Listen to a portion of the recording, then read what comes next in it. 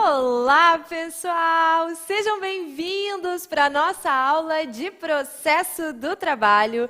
Eu sou a professora Cleise Cous, professora aqui no CEISC, na disciplina de processo do trabalho, tanto na primeira como na segunda fase. Na aula de hoje, nós vamos falar sobre a audiência trabalhista. Um tema super importante para você que está se preparando para o exame de ordem. Nós vamos falar deste assunto porque tem várias questões que podem ser formuladas, porque o assunto tem muitos detalhes, mas você consegue lembrar com segurança no dia da prova. Bora lá então? Bora falar da audiência trabalhista? Vem comigo! Olha só, gente! Quando nós falamos da audiência trabalhista, existem diferentes tipos, né? E é por aí que nós temos que começar o nosso estudo.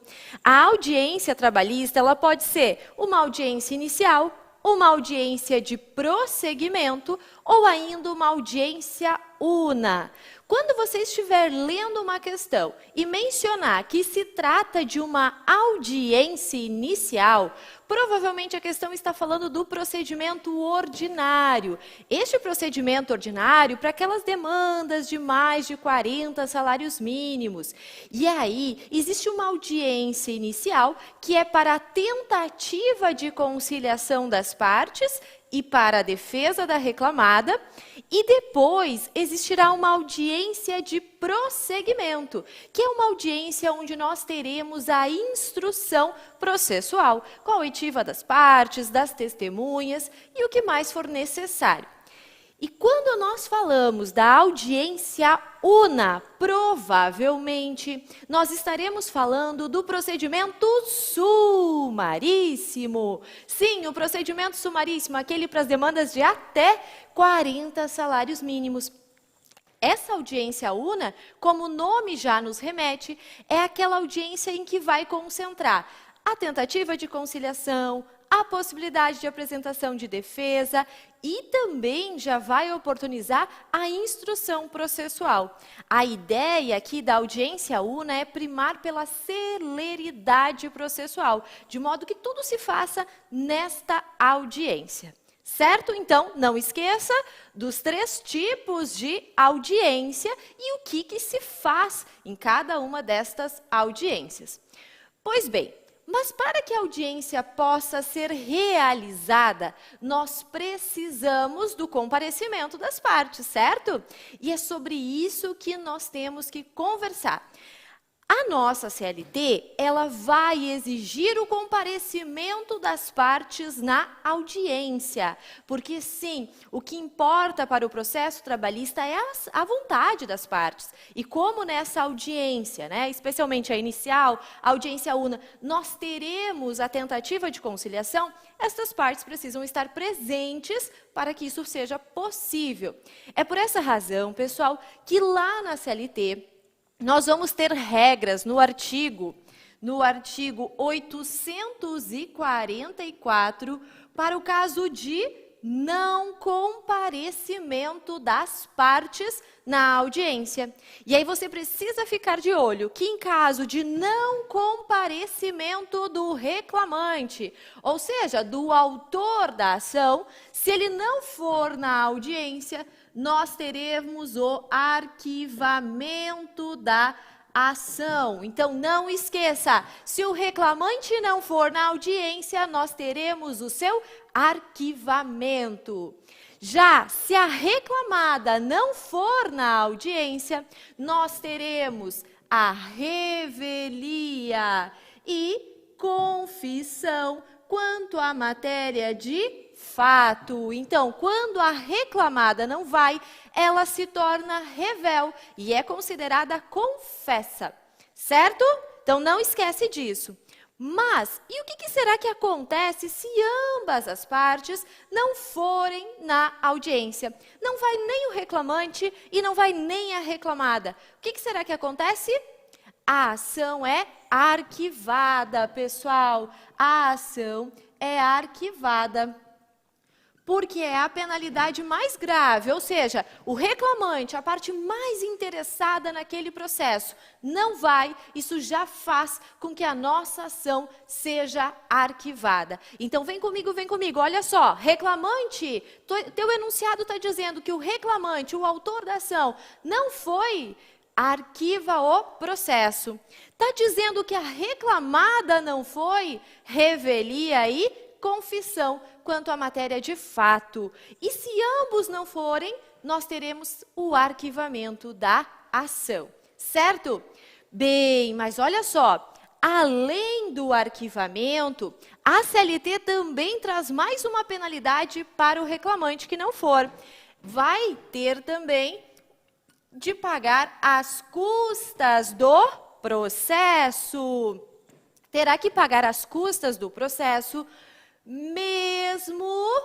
mesmo que beneficiário da justiça gratuita. Sim, olha só, o intuito aqui é tornar o procedimento, a realização da audiência, algo sério no processo. De modo que se o reclamante faltar sem uma justificativa, mesmo que ele tenha o benefício da gratuidade da justiça, ele terá que pagar custas. E esse pagamento das custas será condição para o ajuizamento de nova ação. Então, olha só, enquanto ele não pagar estas custas, não pode ajuizar uma nova ação. Essa é uma alteração que foi introduzida lá com a reforma trabalhista e a banca pode questionar isso em prova. Fique de olho. Mas será que não existe nenhum meio, nenhuma maneira de um reclamante não pagar essas custas? Existe uma. Qual é? O motivo legalmente justificável.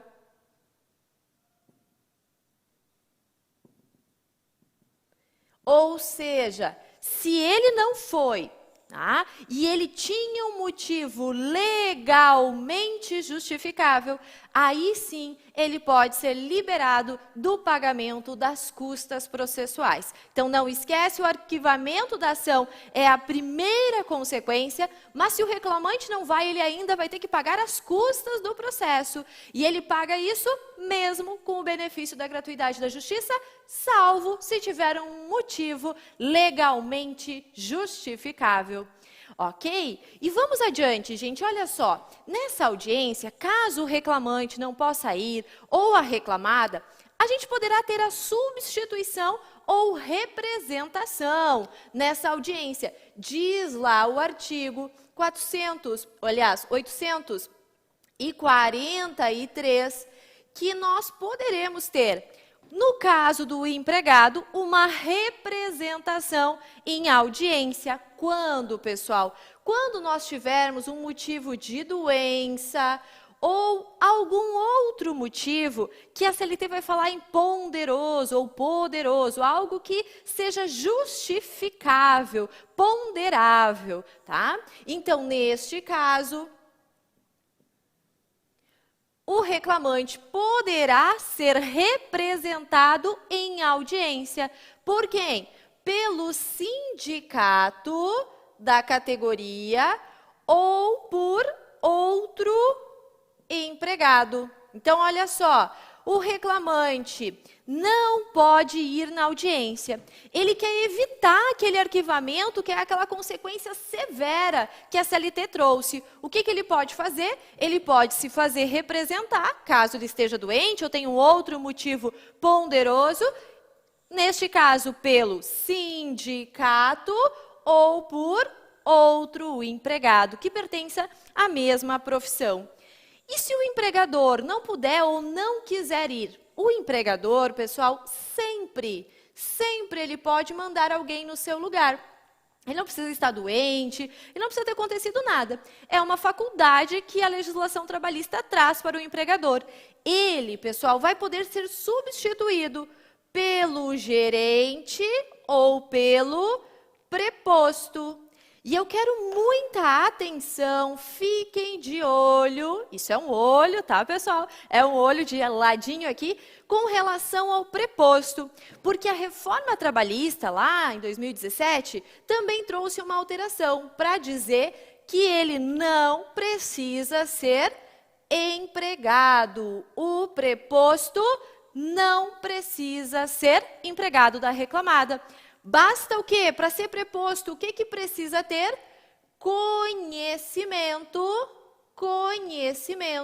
dos fatos. Não precisa ter presenciado os fatos, mas tem que ter conhecimento deles. Então, olha só, não esquece, se o empregado não puder ir por motivo de doença ou outro motivo poderoso ou ponderoso, vai poder mandar o sindicato ou outro empregado. Já se o empregador não for, ele pode ser substituído, e vejam que eu mudei o termo, agora é substituído, o que significa que quem for no lugar do empregador estará literalmente fazendo as vezes do empregador, com todos os poderes para isso, e esta pessoa pode ser o gerente ou o preposto. Preposto esse que não precisa ser empregado, só precisa ter o conhecimento dos fatos.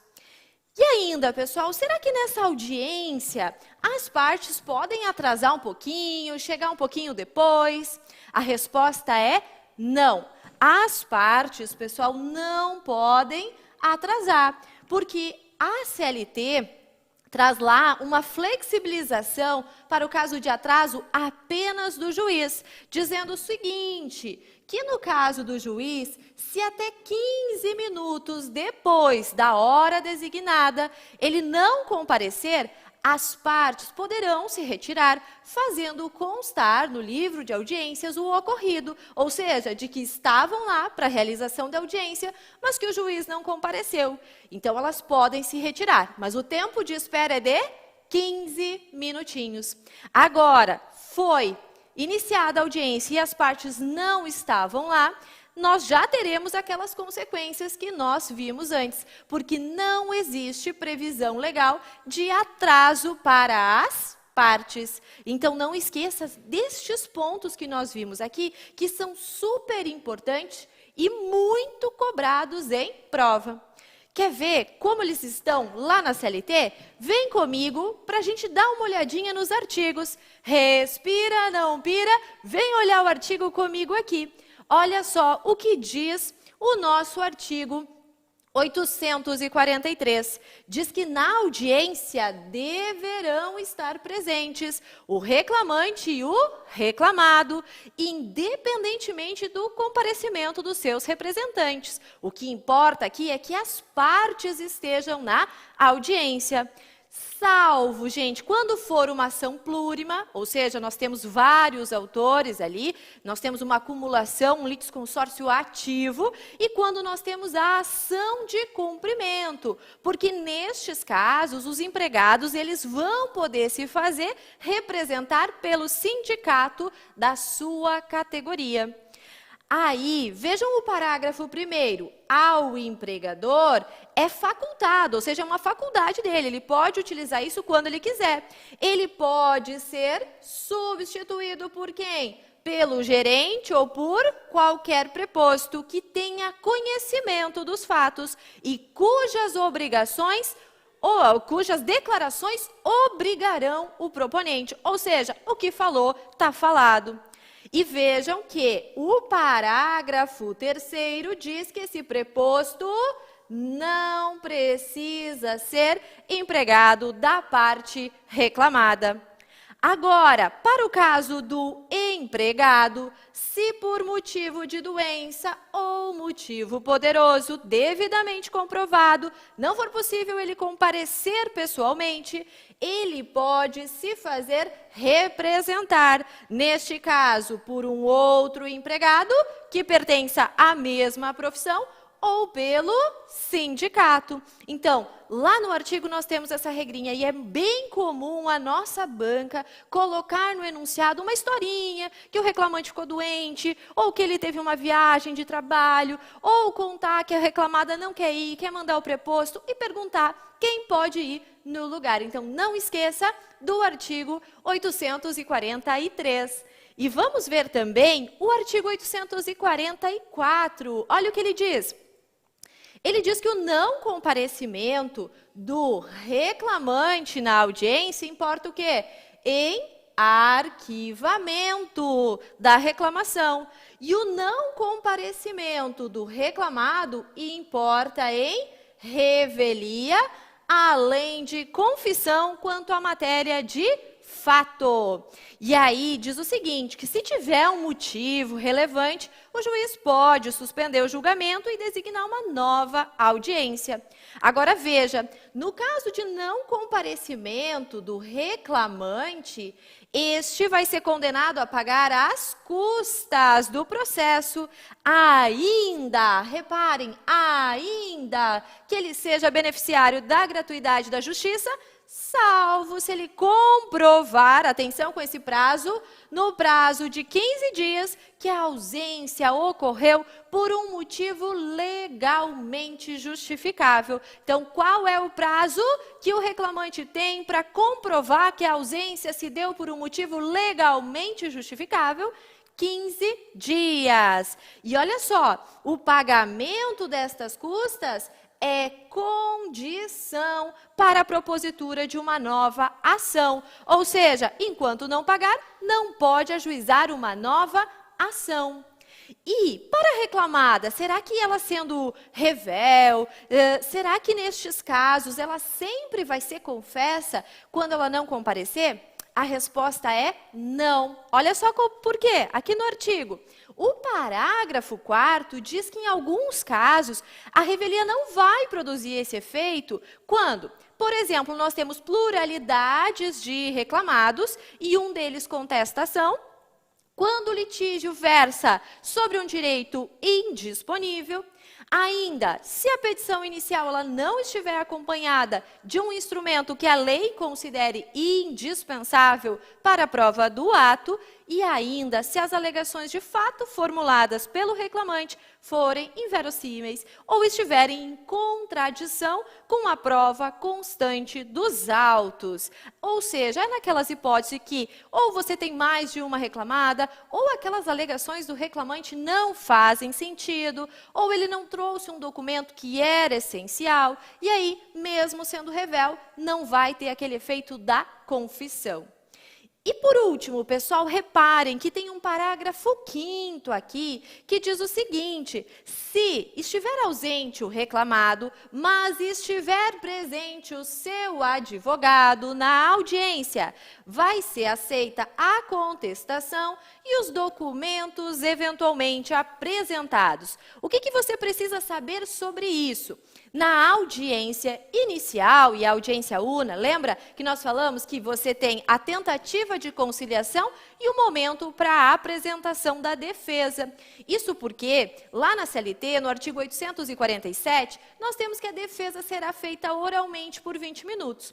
Também ela pode ser encaminhada via processo judicial eletrônico até a audiência. Então, o que esse artigo e este parágrafo, mais especificadamente, estão nos dizendo é que se a reclamada não foi, mas foi o advogado e ele levou a contestação ou já juntou no processo eletrônico, a contestação e os documentos serão aceitos. Fica um pouco contraditório, porque ela é revel, né? Porque o caput diz lá que nós precisamos das partes, mas a gente aceita a contestação e os documentos. Então, é revel, mas aceita a contestação e os documentos, se o advogado estiver na audiência. Certo, gente? Então, não esqueçam deste nosso esqueminha aqui. Esse esqueminha provavelmente vai te ajudar a resolver questões de prova sobre comparecimento das partes em audiência, substituição, representação. E este é sempre um tema muito forte para a nossa prova. Eu vou ficando por aqui, espero que vocês tenham conseguido compreender este assunto aqui e bons estudos!